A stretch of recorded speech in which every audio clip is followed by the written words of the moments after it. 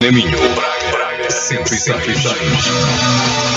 Quinta-feira, na Minho, os líderes bragarenses das juventudes partidárias debatem as políticas locais e nacionais com os jovens. Ideias com J. À quinta-feira, entre as 19 e as 20. Também disponível em podcast em antenaminho.pt e no Facebook Antena Minho.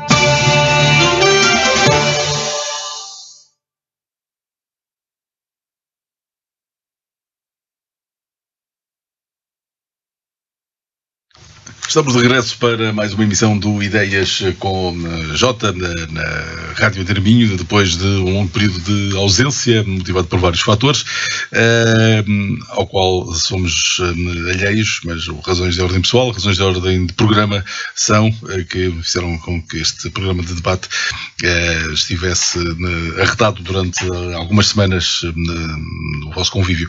Saúde então aqueles que nos acompanham através da rádio e também aqueles que nos veem através da rede social Facebook, da Rádio Antena Minho, e cumprimento de forma especial o Fernando Costa, da Iniciativa Liberal, o Miguel Cunha, da Juventude Social Democrata, e o André Patrão, da Juventude Socialista. Não temos hoje a presença da JCP, e desde o último programa até agora aconteceram muitos acontecimentos que foram marcando a agenda.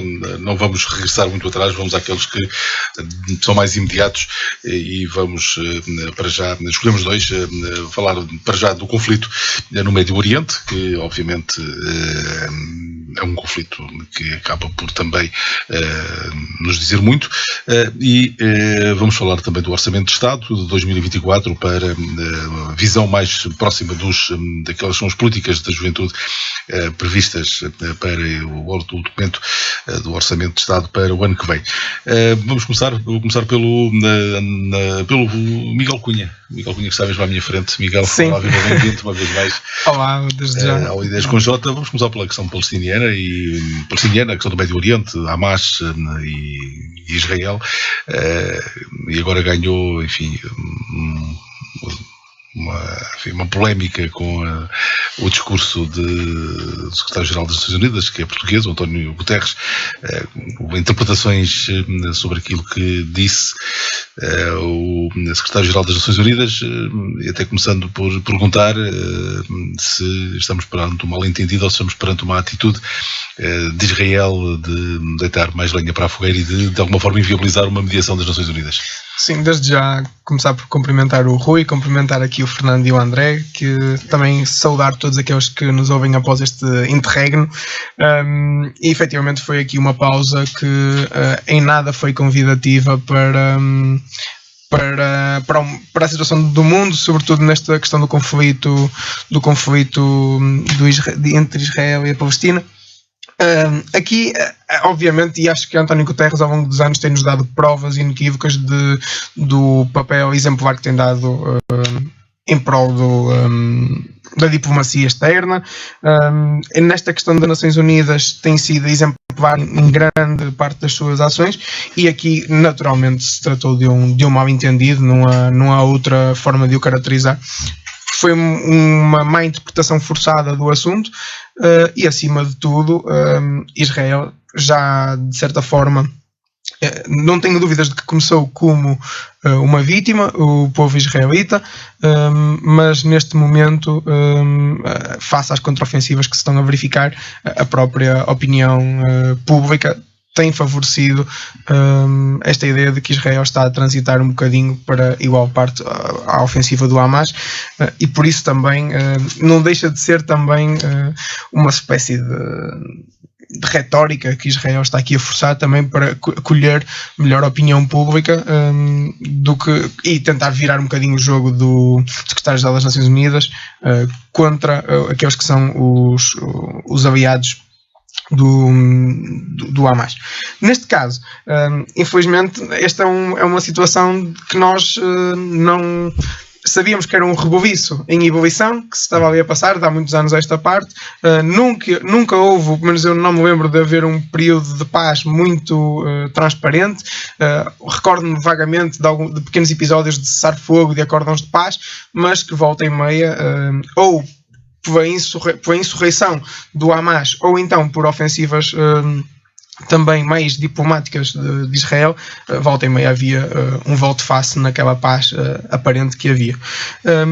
No fundo, como disse há bocadinho, Israel parte como uma vítima, os contornos dos ataques do dia 7 são de índole terrorista, bárbara, não há outra forma de caracterizar, não é possível sequer no século XXI achar digno o que ali se passou, e por isso havia as vítimas de israelitas a palestinianos nesta primeira etapa.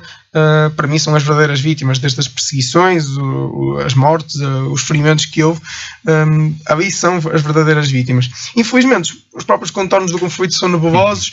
Durante muitos anos Israel também foi um dos financiadores do próprio Hamas, com outros intuitos, e agora acabou por ser um volte-face deste grupo. Agora não, há muito tempo esta parte que Israel acabou por perder o controle também deste apoio que deu, e a opressão que durante muitos anos existiu, principalmente na faixa de Gaza, no West Bank também de uma forma mais ligeira, mas sobretudo na faixa de Gaza, teve agora também uma repercussão que esperemos nós termine com a maior brevidade possível, porque os efeitos não são de todos os que nós estávamos à espera. Estávamos a viver um conflito de si já muito intenso nos territórios ocupados na Ucrânia, que entretanto foi, em termos mediáticos, praticamente varrida para baixo do tapete, não é? Exatamente. No fundo passou para o segundo plano, mas não nos podemos esquecer que era tudo aquilo que nós não precisávamos, era de um segundo conflito armado de grandes proporções no nosso planeta, e neste caso esperar que seja um término rápido. André Patrão da JS, Juventude Socialista, também bem-vindo uma vez mais ao Ideias com J. Esta questão do conflito entre o Hamas e Israel, vários pontos de vista para analisar esta situação. Boa tarde a todos, é um prazer estar de volta. Até pensei que já tinha havido programas desde a última vez, mas afinal percebi agora que é efetivamente o regresso oficial do programa. Como sempre, é um gosto estar aqui com vocês e ter também muita gente a ouvir-nos em casa, que o feedback vai aumentando das pessoas que nos ouvem. Bem, começamos por uma questão que não nos deve separar, pelo menos a nós enquanto portugueses. É um bocado como a questão da guerra na Ucrânia. Há sempre os lunáticos que vêm definir as coisas como ações militares especiais e que agora também falam em ações de resistência, mas num contexto geral todos nós sabemos que aquilo que se passou, aquele ataque de parte do Hamas, de parte não representa o povo palestiniano e não representa aquilo que é, de certa forma, os direitos do povo palestiniano. Ao mesmo tempo sabemos que há um contexto histórico muito complicado naquela zona e que também Israel, que neste momento até tem um governo que se afasta muitas vezes do Estado de Direito e de uma representação democrática mais europeia, tentou ao longo dos anos muitas das vezes semear a paz e foram várias as vezes que se tentou chegar a acordos. Quem é que não se lembra do Arafat, que era o líder na altura da oposição? Mas também, de um lado, também custa-nos às vezes perceber como é que estes grupos e estas pessoas, que são completamente intransigentes e aparentemente não colocam as pessoas deles, as pessoas do povo que representam em primeiro lugar, como é que também são eles os representantes. Portanto, é tudo muito, muito difícil de lidar, de perceber. É um contexto que é muito distante daquele contexto que nós todos crescemos de paz e nem sequer essas ameaças de guerra não são uma coisa que nos paute depois de muitos anos em disputa com Leão e Castela, mas isso já vai no tempo do Afonso Henriques. Nós já há muito tempo que estamos estabilizados e, portanto, é uma realidade que nos custa a perceber.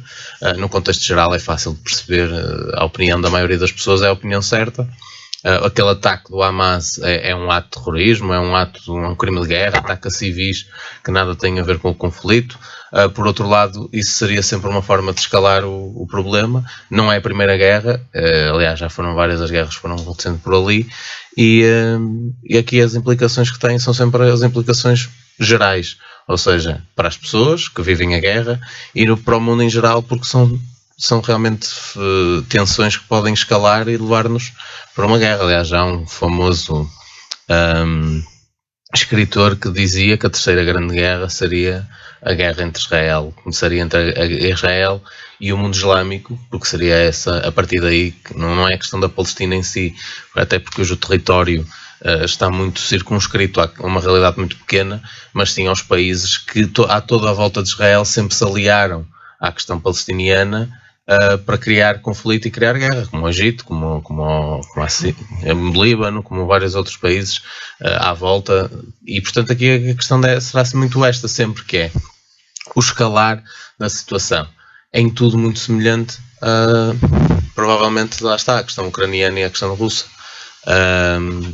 Eu fico preocupado enquanto jovem do mundo que nós temos hoje e a possibilidade de nós estarmos há tanto tempo sem grandes guerras e de repente estarmos envolvidos em uma que vai sempre afetar-nos e vai sempre afetar as próximas gerações, mas ao mesmo tempo sei que não é possível, não é a nossa realidade mudar alguma coisa sobre isso.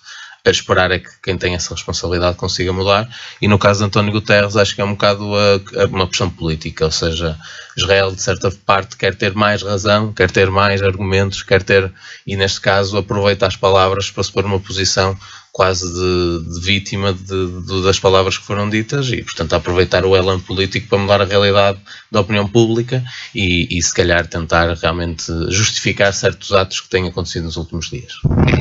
A vez de ouvir a opinião do Fernando Costa da Iniciativa Liberal, também as boas-vindas e um bom regresso ao Ideias com Jota. Obrigado.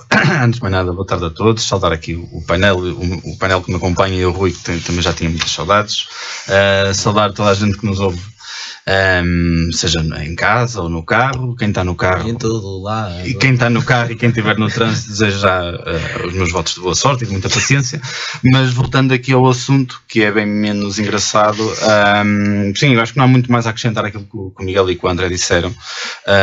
Vou começar um bocadinho ao contrário, vou começar pela questão do Guterres. Também achei que obviamente houve ali uma interpretação muito forçada daquilo que foi dito. Sei que o meu próprio partido também tomou uma posição muito veemente relativamente às declarações do Guterres, mas que eu sinceramente não me revejo. Acho que, e assusta-me um bocadinho quase que não se pode questionar nada relativamente às ofensivas de Israel, ou das suas tomadas de posição, ou da sua estratégia. Portanto, parece que entramos nesse papel quase de vitimização constante, em que não se pode questionar nada, e neste momento estamos num patamar muito, muito, muito perigoso. Ou seja, nós tivemos obviamente um ataque terrorista completamente bárbaro do Hamas perto da faixa de Gaza, portanto começando logo com aquele festival que todos nós vimos as imagens, infelizmente. Temos visto também várias posições obviamente muito, muito questionáveis, inclusive também em Portugal, dos dois lados. Parece que há quase um espectro de esquerda-direita em que tem que se apoiar Israel, tem que se apoiar a Palestina. Assim Eu não entendo ver isto como uma operação de resistência, não entendo dizer agora que o Israel pode deitar abaixo tudo que veja à frente porque passaram por aquilo. Aquilo que me parece neste momento é que eu, por exemplo, vou só aqui enunciar que tivemos o caso do hospital, creio que foi há 3-4 dias, que foi bombardeado, e eu próprio tentei acompanhar um bocadinho o caso dos dois lados, tentar ler o máximo de artigos possíveis, de factos, mesmo de relatórios técnicos, e fica difícil perceber o que está a passar, porque é muita propaganda, a tal chamada propaganda da guerra dos dois lados. Exatamente, e fica muito, e eu até hoje fiquei com algumas certezas, mas fiquei ainda com mais dúvidas, portanto também torna-se difícil acompanhar o que se está a passar, mas há uma certeza, que é as vítimas dos dois lados, primeiro do lado de Israel, depois do ataque do Hamas, e agora na Palestina, onde vemos, ou seja, o André falou na questão do escalar, nós estamos a ver mulheres e crianças mortas todos os dias. O que é o escalar? É a guerra nuclear? Eu não sei o que é que prefiro neste momento, a nível de resolução futura. Além de entrarmos aqui já quase num patamar de banalidade em que temos a guerra da Ucrânia e temos agora a guerra de Israel, e parece que as mortes agora já nos passam um bocadinho ao lado, já não têm o mesmo impacto que antes, isso torna-se perigoso. Mas a nível de resolução futura, confesso que não tenho tenho obviamente esperanças que não escale ainda mais, mas estamos a falar de um problema que já existe antes da Antena Minha existir e nós existirmos, portanto é muito difícil que isto vá ficar resolvido nas nossas vidas. Só em nota de rodapé, têm sido muitos, enfim, os cidadãos de nacionalidade portuguesa que têm estado... Mas os verdadeiros ou... Pois, é isso que eu ia falar, daqueles que eram, enfim, descendentes dos chamados dos sefarditas, né? E que aparecem com a nacionalidade portuguesa, com passaportes, não deixa de ser um facto. Enfim, nos remete não propriamente para o conflito, mas para outra atitude de emissão destes passaportes, destes reconhecimentos de nacionalidade portuguesa com base, enfim, nessa herança do judeu sefardita que enfim, remontamos ao tempo de Dom Manuel, quando foram expulsos de Portugal, não é? É uma dívida muito difícil de pagar essa, não é? Então, passa gerações. Eu no que toca a essas considerações, eu percebo perfeitamente que nós lá tínhamos uma dívida quase humanitária para com essas pessoas, e também compreendo o facto das pessoas, obviamente, quererem sair dali o quanto antes e, portanto, agarrarem-se a tudo o que puderem. Relativamente ao resto de como é que as coisas se processam, se é realmente legítimo ou não, sinceramente não sei o que é que hei de dizer. É estranho, mas mais uma vez é uma realidade muito distante da minha e, portanto, de certa forma não condeno. Acho que devemos ter um bocado de juízo, como sempre, naquilo que fazemos, um bocado de responsabilidade, sobretudo, estarmos a acomodar as pessoas e termos as condições para isso e de as acomodarmos, como, obviamente, quer sejam judeus sefraditas, quer sejam refugiados. Aliás, até nos levava para uma questão muito mais importante, que é a questão dos próprios refugiados e daquelas pessoas que todos os dias chegam por barco, ou tentam chegar por barco à União Europeia e que, devido a muitos interesses e muitas preocupações com a questão da soberania dos países, faz com que todos os dias turcos e outros países ali da zona se disponham através de armadas privadas a matar essas pessoas. O que acontece é mesmo isto. Não chega a acontecer na Europa porque lá estão antes da Europa e, portanto, fazem de barreira, mas há um conjunto de pessoas que todos os dias morrem à conta disso e também não nos afeta. E é aqui que às vezes nós somos mesmo... Como é que eu ia dizer? Primeiro há uma coisa que é uma constatação, que é o novo parece que é sempre o mais atrativo, a novidade, a novidade. Agora já ninguém quer saber da Ucrânia, já ninguém vai querer saber. E se aparecer um conflito no entretanto, depois vai ser este que vai deixar de ficar esquecido. E por outro lado, o facto de realmente continuarmos a viver num mundo que tem tanta gente a passar fome, tem tanta gente sem casa e sem condições de vida, tem tanta gente a morrer todos os dias por questões meramente políticas, e passa-nos completamente ao lado porque não é a nossa realidade e nós vivemos às vezes até imersos no nosso dia-a-dia, que é efetivamente também muitas vezes saturante. E portanto seria uma conversa muito mais longa e também não me vou estender, mas realmente é essas considerações que depois me levam a mim a pensar e até a discutir com outras pessoas. Miguel. Sim, aqui esta questão agora deste mecanismo dos sefarditas e da imigração que o Rui Eu trouxe este assunto porque hoje creio que o Ministro da Justiça veio dizer que não tinha números ou que não estava em condições de divulgar os passaportes que foram emitidos na nacionalidade portuguesa.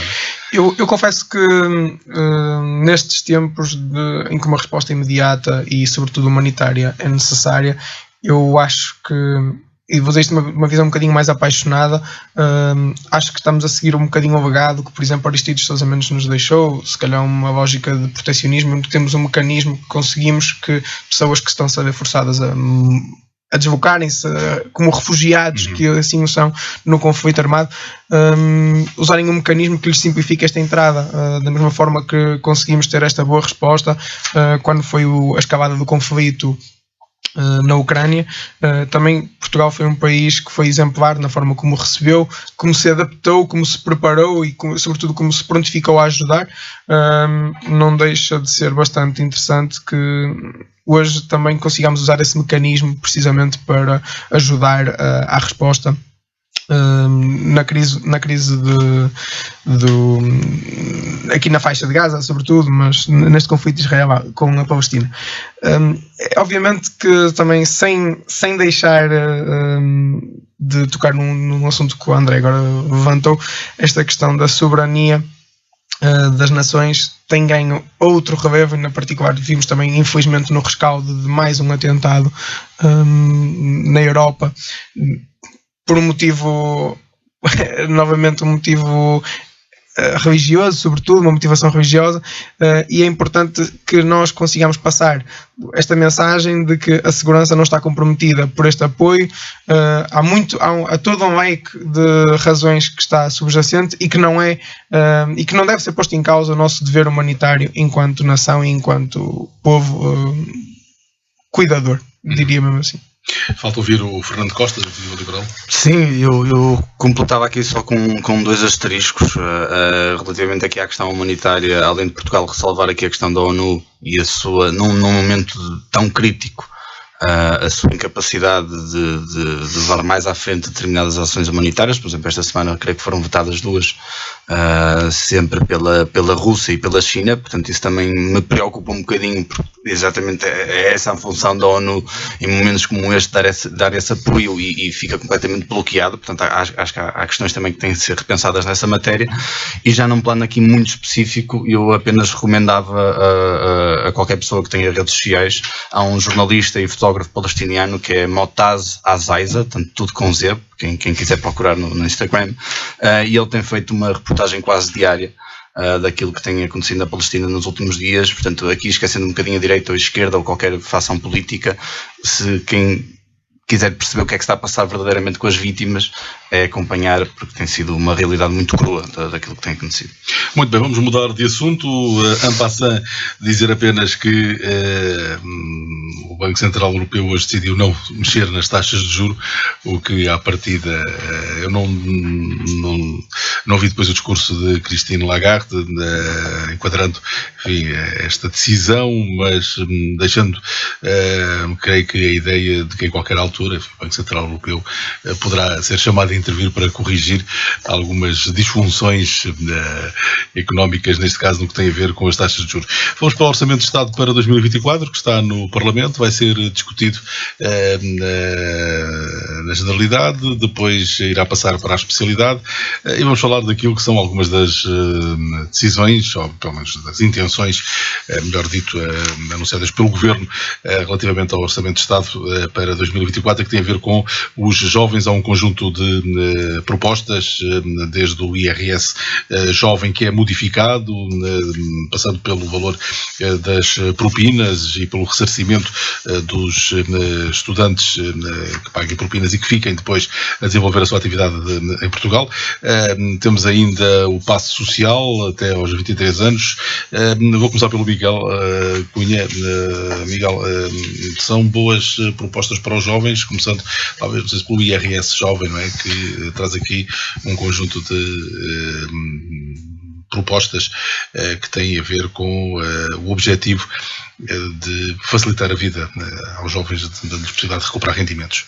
Sim, desde já começar por este dado que o Rui deu como pedra de lançamento do debate, esta questão da taxa de juros, que pelo menos nesta revisão não irá aumentar, mostra por um lado que o mecanismo que foi adotado e que aqui em Portugal, principalmente, com muito esforço, sobretudo nas taxas do crédito à habitação indexadas a Euribor, aqui vamos começar a ter algum abrandamento, que de si também é uma notícia que dá algum descanso. Não é um descanso total, mas dá a ideia de que pelo menos a estratégia está a começar a resultar e poderá começar também a parar a escalada dos custos com o crédito à habitação.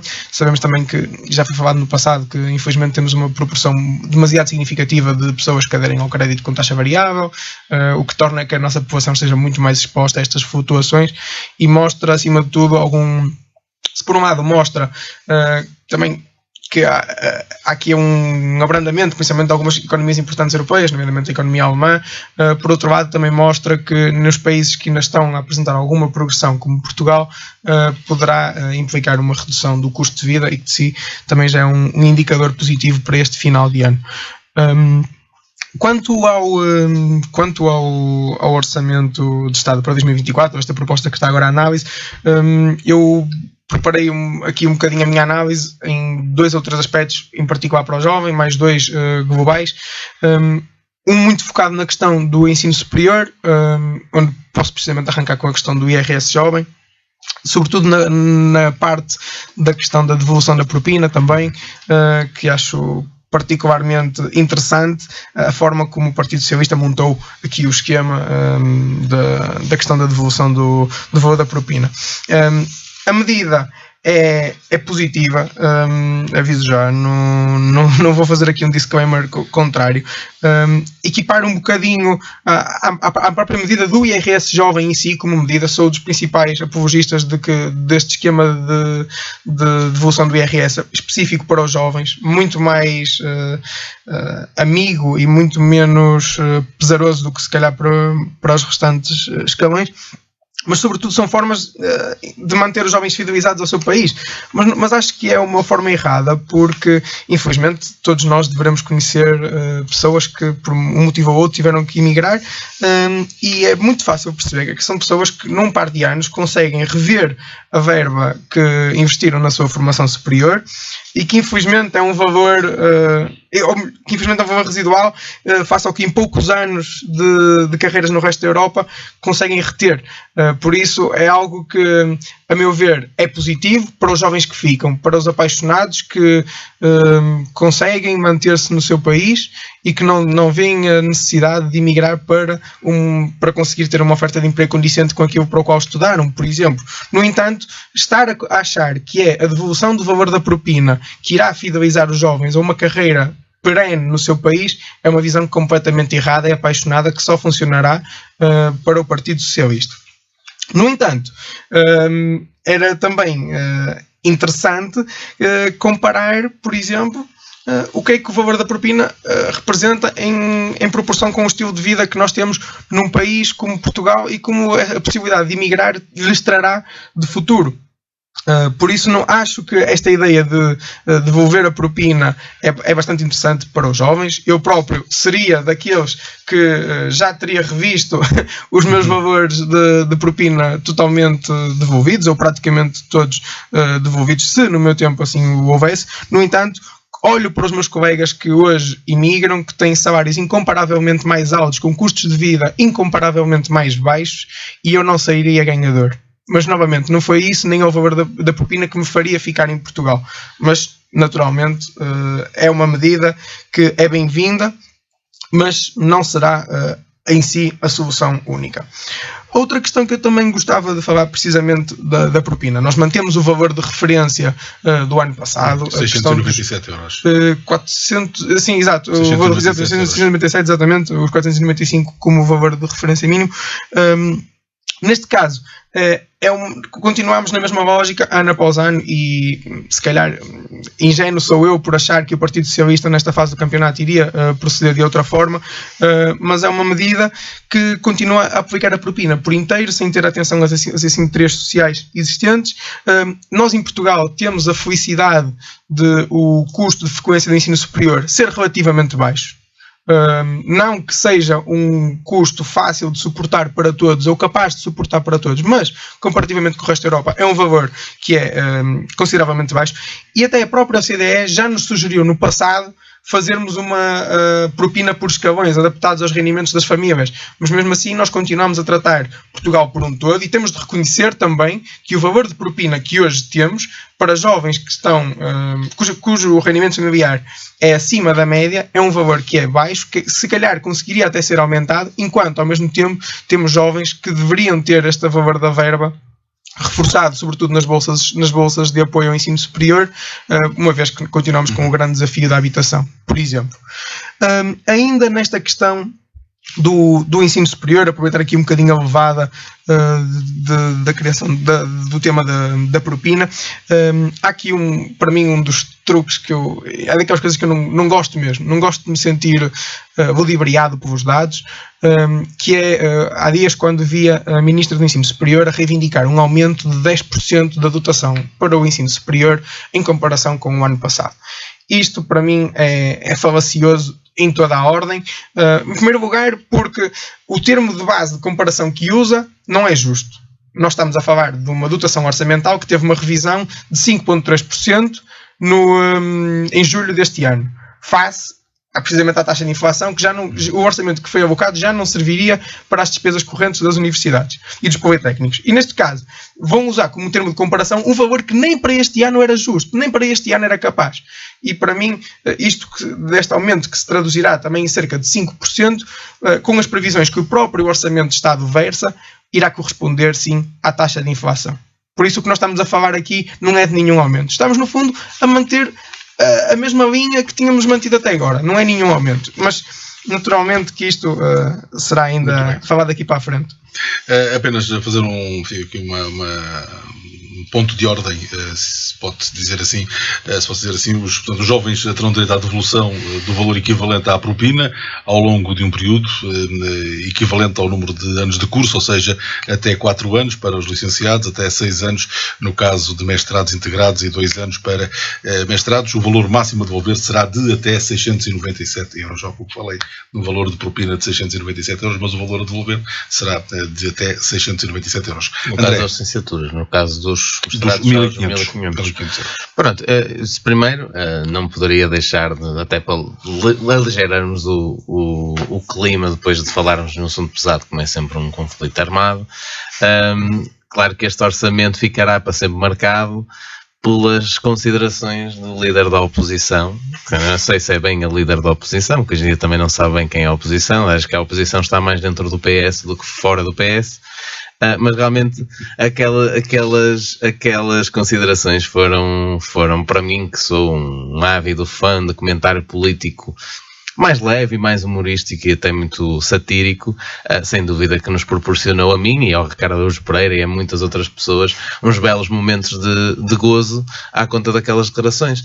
E por aí é que começa, aligerando o tema, realmente dizer que o orçamento é pipi e é Betinho, acaba por, de certa forma, até me afastar de o comentar e deixá-lo, se calhar, para comentar mais à direita, que é aí que se encontramos mais Betinhos e pipis. Mas pronto, mas vamos continuar. Temos sempre que dar aquela picada inicial. Pronto. Mas realmente até pega um bocadinho na ideia de Luís Montenegro, porque ele em parte tinha razão. É um orçamento que apresenta ideias, que apresenta objetivos, que ele diz que depois não se concretizam, mas que realmente esperemos que se concretizem, e concretizam-se em parte nestas medidas, nas medidas destinadas aos mais jovens. Não são de todo a resolução dos problemas, mas aqui eu vou ter que puxar a brasa à sardinha da realidade que era há 10 anos atrás, porque faz efetivamente 10 anos atrás, em que nós não lutávamos sequer para cativar os jovens cá, dizíamos aos jovens para ir para fora. É uma realidade de 10 anos atrás. E quando estamos a falar de um país, a economia de um país, daquilo que era a realidade económica do país há 10, 11, 12 anos atrás, nós temos que conseguir constatar que é uma diferença abismal e que realmente o caminho que nós temos feito nos últimos 10 anos é um caminho muito positivo, que depois obviamente que se reflete numa coisa, reflete-se nas urnas e reflete-se no facto do PS estar agora sozinho, mas já numa ótica de conjuntura coligada na altura da geringonça, mas estar há 10 anos a governar o país. E isso reflete-se nestas pequenas coisas. Obviamente, e ao contrário do que diz o Miguel, eu não me revejo numa ótica de que estas medidas devem ser umas medidas permanentes, que deve haver medidas para os jovens sempre. Ou seja, porque isso vai dizer que nós vamos estar sempre a pôr os jovens numa condição social que eles precisam de ser ajudados. E um caminho para um país que se diz de futuro e que quer realmente crescer e deixar de ser um país de baixos salários e de que os jovens não têm condições para comprar casa e de que os jovens não se conseguem emancipar.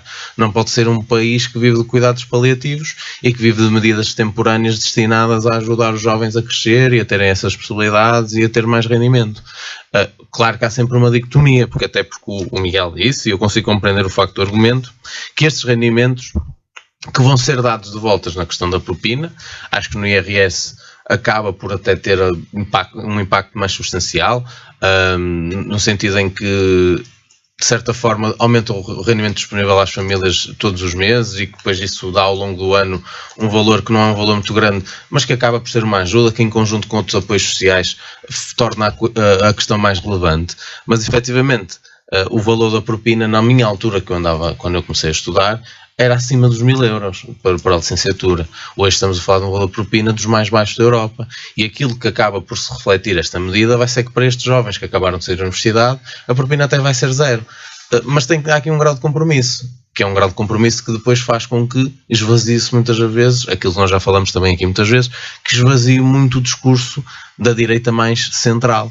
Porquê? Porque continua a ser um orçamento que, acima de tudo, tem as contas certas. E isto esvazia muito o discurso político. E muitas das vezes vai ser uma dificuldade muito grande, no que toca a um panorama geral do orçamento, vai ser uma dificuldade muito grande do PSD em criticar e arranjar maneira de votar contra o orçamento.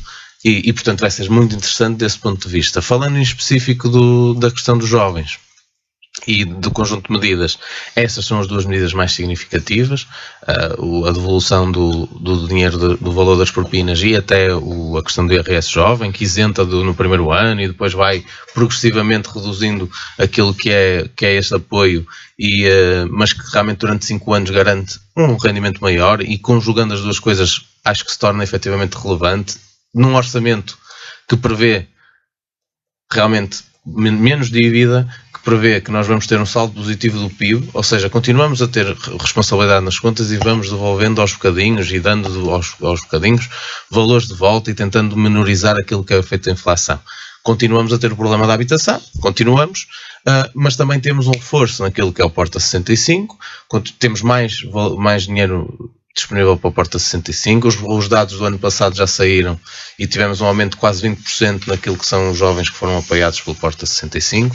Continuamos a ter um problema na habitação, que em certa parte vai ter aqui mais uma ajuda quando as residências universitárias no âmbito do PRR estiverem concluídas.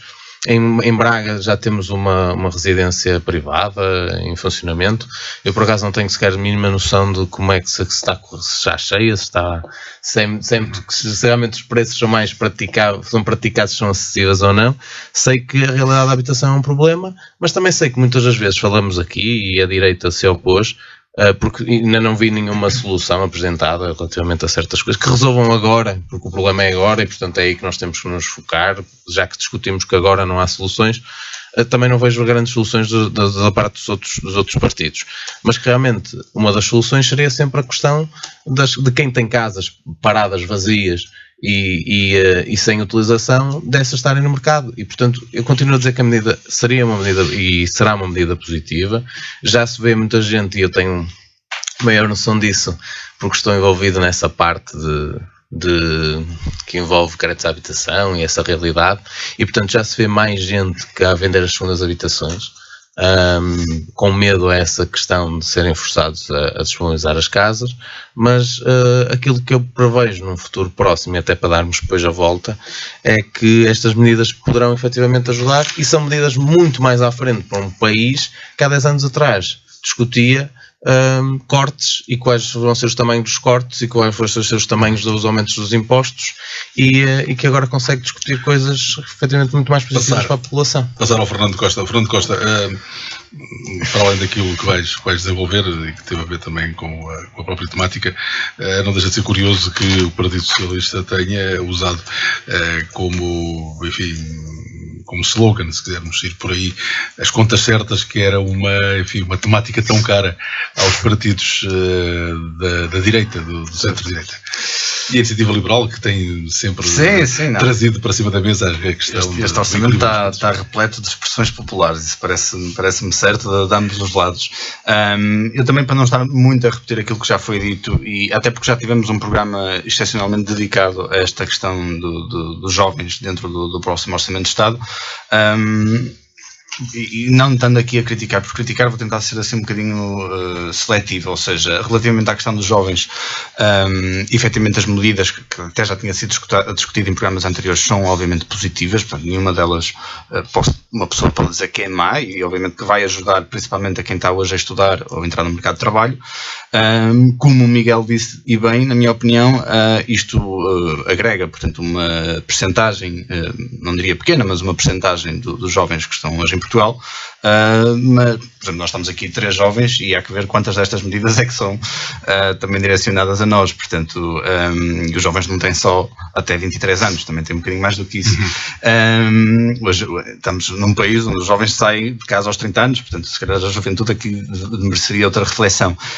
Mas é exatamente aquilo que o Miguel disse, a questão da devolução das propinas, e é importante dizer que é devolução, ou seja, as pessoas têm que as pagar, os jovens têm que as pagar e depois é que as recebem de volta, é obviamente positivo, mas quem vai para fora, ou quem vê propostas no estrangeiro em que vou ganhar 3 ou 4 vezes mais, que é o normal, digamos assim, em relação à nossa realidade, se vai ser a devolução de propinas que nos vai manter cá, duvido. Agora, como o André diz, isto também não pode ser só uma solução, é uma questão também progressiva e, portanto, nesse sentido, acho positivo.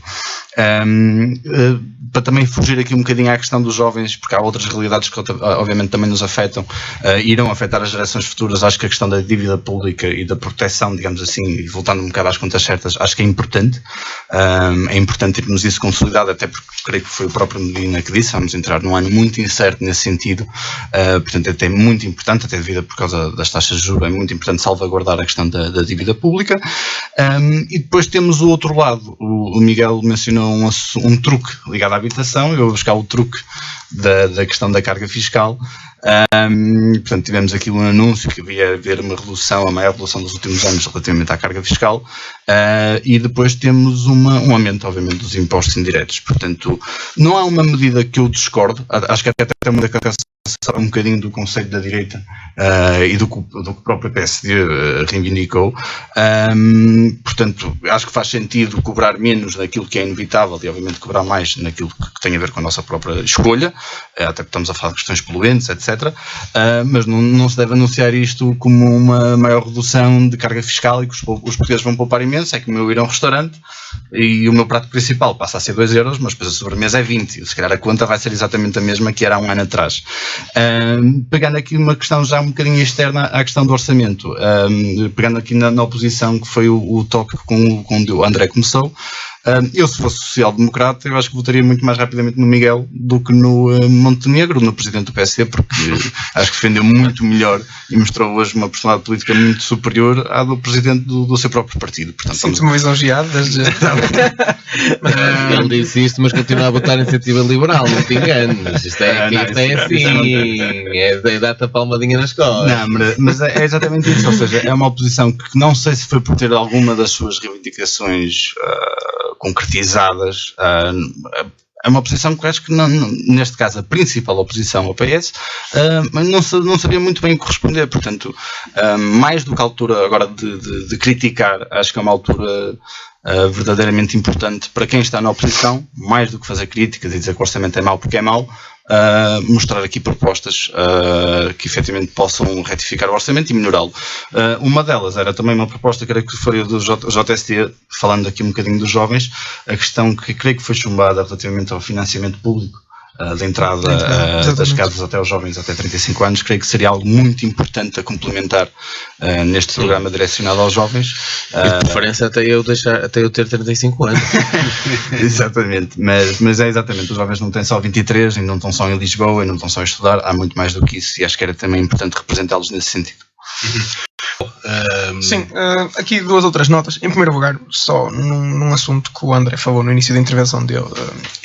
Estas medidas que eu falei não eram medidas, obviamente, permanentes. Obviamente que são medidas que hoje são bem acolhidas, devem ser reforçadas nos parâmetros que eu aqui indiquei e, naturalmente, que têm que ser retiradas, mas apenas numa circunstância só. Quando as políticas públicas forem eficazes o suficiente para que elas as justifiquem. E, neste momento, não é esse o caminho que estamos a ter. Desculpem, mas não é esse o caminho que estamos a ter. E vou usar isso como um ponto de partida, precisamente noutro dos assuntos que o André falou, na questão das câmaras do ensino superior. Este assunto é assunto anedótico, porque nós estamos eu vejo isto das câmaras no ensino superior um bocadinho como uma corrida que a meta é uma meta que tem rodas e está-se a distanciar. Inicialmente, no início da legislatura, o objetivo era mais 12 mil camas até 2022. Ainda não tinham terminado o prazo e o que é que o Partido Socialista faz? Para mim está a jogadas de mestre, que é projetar a meta. Agora já não queremos 12 mil camas, se não é para nós queremos 26 mais 26 mil camas até 2026. Ou seja, nós este ano temos cerca de 16 mil camas, não é mais 16 mil camas temos. 16 mil camas. As 15 mil já tínhamos praticamente há 4 anos até esta parte. 836 que foram criadas para este ano letivo. Vocês estão a ver a taxa de progressão. Nós num ano crescemos de 836 para mais 12 mil, que era a meta inicial do Partido Socialista. Dá para ver que estamos a encaminhar-nos para lá com a maior das tranquilidades. E agora, a grande tábua de salvação vem com o PRR, onde nem sequer a primeira meta foi cumprida e nós já estamos a ampliar e a projetar mais no tempo. Uma coisa é certa. Estas medidas que nós estamos a fazer, por muito positivas e muito embandeiradas, que o Partido Socialista as queira vender, não estão a ser eficazes. Nós neste momento estamos a ter casos, como no Porto e em Lisboa, onde já temos, a nível nacional, temos uma média de aumento de 14% no custo de cama para um estudante. Mas nós, em urbes como Lisboa e Porto, estamos a ter aumentos superiores a 40%. Ou seja, a estratégia está a correr tão bem que as camas até estão a ficar mais caras. Isto realmente mostra que, enquanto nós não temos políticas públicas eficazes e efetivas, este tipo de micropolíticas, que são, no fundo, pensos rápidos, também não estão a ser suficientes e têm que ser ampliadas e ajustadas à realidade do nosso país. Por isso, naturalmente, que eu olho um bocadinho para estes dados com preocupação, ainda para mais se junto os dados que nós temos do passado, que nos mostram que, por um lado, a maior dificuldade de um estudante do ensino superior é precisamente a questão da habitação. E, por outro lado, também vemos que em 2022 tivemos uma das maiores taxas de abandono do ensino superior no primeiro ano de frequência. Se os problemas não estão correlacionados e se ninguém percebe esta fácil correlação, é mesmo por uma questão de não o querer fazer. Daí pego, este é um dos assuntos que gostava daqui também de ver falado, que é esta questão de vamos nos fixar nos prazos e nas metas que temos e em concretizá-las, não em ambicionar fazê-las crescer. Este era um dos assuntos que eu tinha aqui para trazer. O outro assunto necessariamente rápido também. Sim. A questão precisamente do IUC, que tem sido muito badalada. Ainda que não faça só jus aos mais jovens, é uma questão que acaba por ser um bocadinho global aqui no nosso país. A ideia de ter um carro antigo para a grande generalidade dos portugueses não se trata de colecionismo. Eu percebia a medida... A questão é saber se um carro de 2007 é um carro antigo, não é? Exatamente. É aqui esta medida que o Partido Socialista acaba por trazer de bandeira com o aumento do IUC, com motivações ambientais, naturalmente, e é um bocadinho o Fernando disse e só posso reiterar, a causa ambiental tem que ser uma preocupação dos jovens. Enquanto jovem, para mim, é das coisas que mais me aflige e que, acima de tudo, tenho a noção que vai ser dos maiores desafios e das maiores barreiras à progressão do mundo nos próximos anos. Agora, não podemos usar este mecanismo ou esta justificação ambiental como um mecanismo para forçar a renovação da frota nacional. Porque, naturalmente, que neste momento nós somos, inclusive, dos países que mais importa automóveis do resto da Europa. Ou seja, quando o resto da Europa está a pensar trocar de carro, nós vemos uma oportunidade para renovar a nossa frota com carros antigos. Neste momento, é completamente impensável estar a aplicar nesta proporção, e mesmo que seja um aumento fragmentado de 25 euros. Nós estamos a falar de carros que vão ter aumentos de 700%. Há imensos casos no Twitter, todos os dias aparecem casos de carros vulgares, carros triviais, com aumentos bastante significativos. E naturalmente quem tem estes carros não é por uma questão de colecionismo, é por uma questão de necessidade. E nós estamos, no fundo, a comprometer, sim, as pessoas a poderem irem trabalhar, a poderem fazer as suas compras. Nem todos temos os serviços públicos à disposição e, novamente, voltamos àquela estratégia das medidas penso rápido. São medidas penso rápido porque nós, neste momento, não temos políticas públicas capazes. Miguel, se tivéssemos transportes públicos capazes, aí sim faria sentido uma medida deste género. Assim não. André Patrão. Eu agora com a conversa até me esqueci do ponto de comparação que eu tinha pensado quando li aquilo do pipi. Desculpem-me lá bater na tecla do pipi, mas... estou curioso, eu espero. Porque o quê? Porque eu quando ouvi, até me vou chegar para trás que é para não cair da cadeia. Quando ouvi o Luís Montenegro dizer que o orçamento era assim muito bem aparentado, muito bonito, que prometia muita coisa, mas depois chegava ao fim e não fazia nada, eu até pensei que ele tinha vindo a Braga. Foi a primeira constatação que eu fiz logo. Ele veio a Braga e percebeu o que é que se anda a passar aqui há anos. Mas depois percebi que era mesmo do orçamento. E o Miguel tem razão aqui num conjunto de coisas. Essencialmente quando nos diz, não é, que realmente o aumento do número de camas e aumentar o prazo e que depois já está a adiar e no concreto não se realiza nada. Obviamente que aqui tem uma componente que se pode explicar, que não vou brincar nessa parte, que é se as obras, aquilo que são o conjunto das construções e das requalificações de residências universitárias no âmbito do PRR ficaram com a maior parte delas com um grau com prazo para terminar em 2026, é normal que o Partido Socialista, no modo que é de montar a sua estratégia política, adie o prazo, porque vai realmente conseguir, de repente, muito mais camas e, portanto, vai de repente conseguir aquilo que seria um objetivo que provavelmente não iria cumprir até à data que tinha assumido a primeira vez, vai pelo menos aproximar-se muito até 2026. Portanto, é uma questão apenas e só de estratégia política. Relativamente àquilo que são, e que o Fernando também disse bem, até porque para não seguir a lógica de vir sempre à volta e também para este lado, no que toca ao orçamento, é importante destacar uma coisa que é realmente importante mentalizarmos enquanto sociedade, enquanto futura geração, enquanto geração de amanhã, que vai ser a geração que vai ter a maior, sempre é aquela geração dos 40 aos 50, é a geração onde incide muitas das vezes mais a responsabilidade enquanto sociedade e mesmo até a nível fiscal, muitas vezes até maior responsabilidade no que toca aos impostos. Mas realmente percebermos que muitas das vezes a situação onde nós estamos hoje foi provocada por os erros do passado, ou pelas opções do passado, ou por aquilo que foi as decisões do passado. E, portanto, há uma coisa que eu tenho a certeza e que aí acho que não há grande margem para dúvida. Os orçamentos e os últimos orçamentos, e este orçamento em específico, pensa muito nessa questão de não hipotecar aquilo que é o futuro das gerações, das novas gerações, dos jovens da amanhã. E porquê? Porque nós, há 10 anos atrás, e não estou aqui a dizer que é questão de ser o Passos Coelho, não, porque eu ultrapasso essa parte e estamos a falar de coisas em factos concretos. Nós, há 10 anos atrás, tínhamos uma dívida pública muito maior, no sentido em que pagávamos muito mais juros, era muito mais difícil obter financiamento, conseguimos reestruturar toda esta forma de trabalhar. Hoje em dia conseguimos poupar dinheiro, conseguimos apresentar-nos ao mercado numa ótica muito mais sólida e muito mais saudável, e portanto isso é importante para as próximas gerações, que vai ter um impacto muito grande naquilo que serão as finanças públicas daqui para a frente. E portanto isso é de louvar sem dúvida.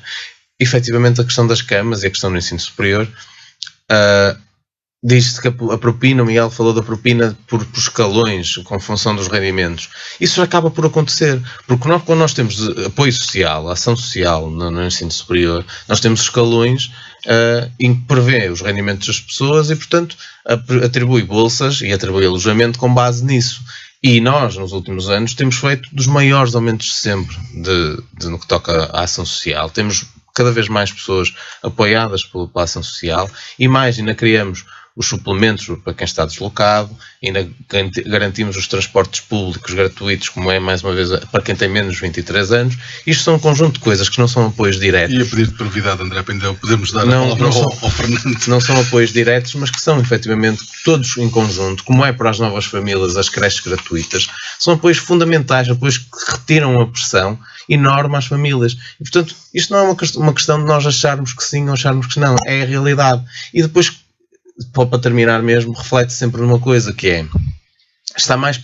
é mais possível alguém de dentro do PS que não esteja na linha de António Costa ser primeiro-ministro do que qualquer outra pessoa da oposição.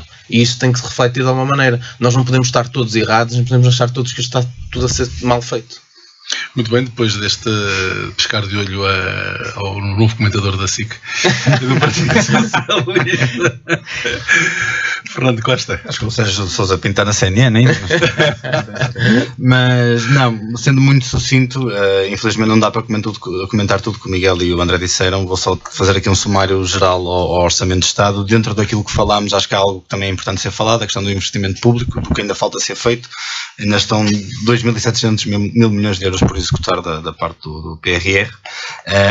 Mais uma vez o Miguel elencou bem, o Governo apresenta metas superiores àquelas que não cumpriu em orçamentos anteriores, e isso, quando falamos em contas certas, é preciso esperar para ver. Portanto, dentro da realidade do que tem sido o Partido Socialista neste último governo, nos últimos 8 anos, até diria que é um orçamento de Estado interessante, dentro da realidade portuguesa. Ainda precisa muito mais. Está feita. E já agora, quanto ao Yuke, foi aliás Relativamente ao Yuke para carros anteriores. Eu não posso falar do Yuke, que eu fiz a melhor coisa, e eu vou-vos contar rapidamente porque é que eu fiz a melhor coisa.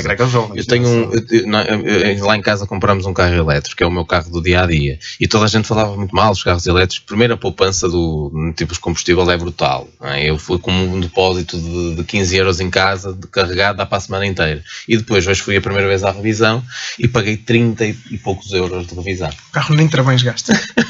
É uma diferença abismal, mas sim, Fernando. Façam todos como o André.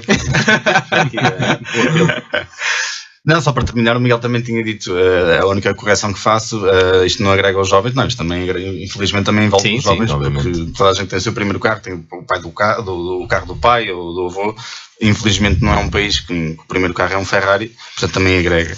E temos aqui a questão do aumento progressivo ou não, e eu próprio tinha aqui algumas dúvidas, mas vou deixar isso para o próximo programa. Ok, se o André ainda estiver por cá. Está combinado. Muito bem, agradecer a vossa presença, o André Patrão pela Juventude Socialista, o Miguel Cunha pela JSD e o Fernando Costa pela Iniciativa Liberal. Foi um Ideias com J, que é repetido ao domingo, pouco depois das 9 da manhã, fica em podcast e também na página da Rádio Antenaminho, na rede social Facebook. À quinta-feira, na Antena Minho, os líderes bracarenses das juventudes partidárias debatem na rádio as políticas locais e nacionais para os jovens. Ideias com J. À quinta-feira, entre as 19 e as 20. Também disponível em podcast em antenaminho.pt e no Facebook Antena Minho.